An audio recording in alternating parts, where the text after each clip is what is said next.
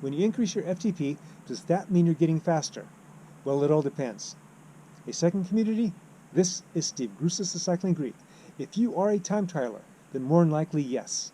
If you're talking about crits and road races, well, it all depends on what type of work you've been doing with your VO2 max and anaerobic systems. Remember, the wider the base, the higher the triangle. So when we're talking about base, we're usually talking about endurance. The bigger endurance base that you have, the more potential you have for your FTP. And when you realize that FTP, then you have a great launching pad in which to do your anaerobic and VO2 max work. Let's take my example. Recently I did an FTP test.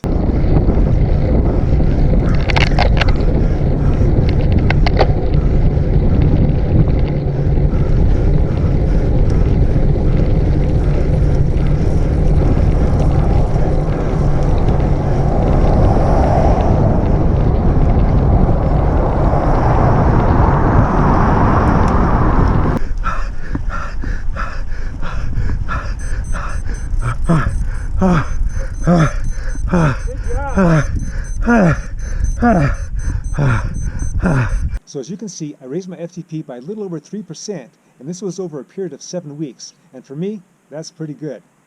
The next day, I took an easy spin because the day after was going to be another little test for me. I was doing a race pace ride with a pretty strong group. They were a lot stronger than I was.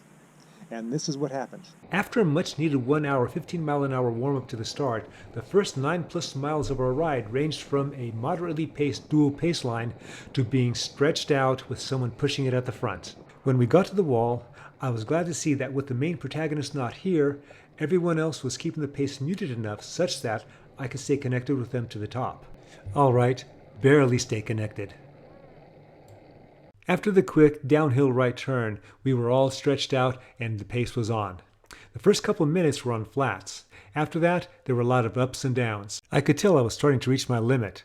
I just tried to ignore it and stay as comfortable as I could, stay as relaxed as I could, not tightening in my shoulders, anything like that, just having all my energy go to my legs. I was hoping that the big guy would have to let up, that he'd pull off and then I'd just do a very quick pull, then quickly pull off myself to get to the back and then rest up for the next round. Well, the big guy was relentless. I had to pull off. I'm sure no one was pleased by having to fill the gap vacated by the second wheel. I noticed as I was trying to recover that the group in front of me bunched up just a little bit. About that time, I had noticed that I was good to go again, and that my watts again were hitting over 300 as I was chasing them. Still, they were going faster than I was. As you can see, I came off. The last couple weeks I've been doing over-under work, and that work has increased my FTP, and that particular work I'm sure has helped me last a little longer with these guys.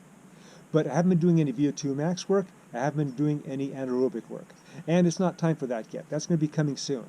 So when that comes, I should be able to last longer with these guys. But then they'll be doing the same work, and so maybe I'll be coming off at the same point again, but still, I'll be faster. I hope you enjoyed this video and you got something out of it. Now remember, because it helps the channel, comment, like, subscribe, and share this, The Cycling Greek.